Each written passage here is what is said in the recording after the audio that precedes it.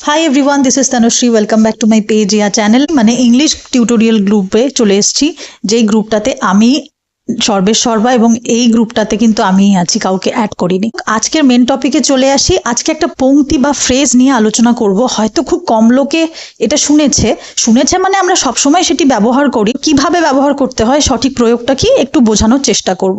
যারা জানেন তারাও দেখতে পারেন, আর যারা নতুন এই চ্যানেলে বা পেজে বা নতুন ভাবে আসছেন তারাও দেখতে পারেন। I will leave no stone unturned to crack this interview. এইটা হচ্ছে নো স্টোন আনটার্নটা হচ্ছে একটা ফ্রেজ বা পংক্তি। এবার নো স্টোন আনটার্ন কাকে বলে এখানে আমি টাইপ করেছি, পরে আমার মোবাইলটা খারাপ বলে আমি ভয়েস ওভার করছি। আমি যতক্ষণ না ইন্টারভিউতে পাশ করছি বা পরীক্ষায় পাশ করছি বা কোনো কিছুতে পাশ করছি, বলি না আমি একে দম নেব না, এটা না করে আমি দম নেব না, তো সেক্ষেত্রে কিন্তু নো স্টোন আনটার্ন কথাটি ব্যবহৃত হয়। মানে আমি যতক্ষণ না ইন্টারভিউতে পাশ করছি, পরীক্ষায় পাশ করছি, আমি কিন্তু দম নেব না। তো এই পরিপ্রেক্ষিতে বা এরকম ধরনের সেন্টেন্স বিল্ড আপ করবার জন্য কিন্তু নো স্টোন আনটার্ন, বাংলায় যেটাকে বলি দম নেব না, আমি ছাড়বো না। এই ভিডিওটা এইভাবে তোমাদের সামনে আমি তুলে ধরছি। এরপর থেকে আমি একটুখানি চওড়া করে 16:9 রেশিওতে ভিডিও করব। যে নো স্টোন আনটার্ন যে টপিকটা রয়েছে, মানে এই যে পংক্তিটা রয়েছে বা ফ্রেজটা রয়েছে, কিন্তু খুবই একটা জনপ্রিয় ফ্রেজ ইংলিশে, এবং এটা কিন্তু তোমরা বিভিন্নভাবে বাড়িতে প্র্যাকটিস করে করে কিন্তু দেখতে পারো। আমি যখন ইংলিশ কোর্সটা করি, গ্র্যাজুয়েশনের পরে আমি যখন ইংলিশ কোর্সে ভর্তি হই, তখন এটা আমি শিখেছিলাম, পরে প্র্যাকটিস করতে করতে ভুলে গেছি। আর ইউজুয়ালি আমি বাড়িতেই এগুলো মাঝে মধ্যে যখন সময় পাই, আমি বলেইছি যে আমি প্র্যাকটিস করি। তখন হঠাৎ করে আমার এই নো স্টোন আনটার্ন কথাটা এসছে, এই ইডিয়ামটা এসছে।